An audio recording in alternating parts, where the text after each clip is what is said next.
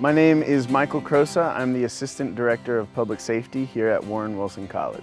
So the Public Safety Department at Warren Wilson College, we're here 24/7, 365. We're here to provide emergency services for students.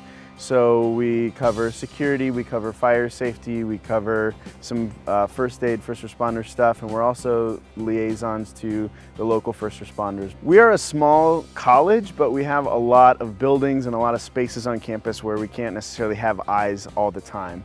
So it was important to us to get security cameras. The process of working with SCW has been fabulous. Even from the very beginning, they came out, helped us take a look at our buildings, determine our needs. One of the things that I really appreciated is that they weren't trying to sell us just the biggest, fanciest thing they had. They really went through and said, okay, well, this is what this particular camera offers and this is why it would be good in this spot. And really tailored everything to our needs. So there's a lot of trust working with that company that was built through that process. They also came out and did our installation for us, which was really wonderful to have those guys who knew what they're doing out here. They were very professional and really did the installation much faster than I was expecting. The process was really helpful to us.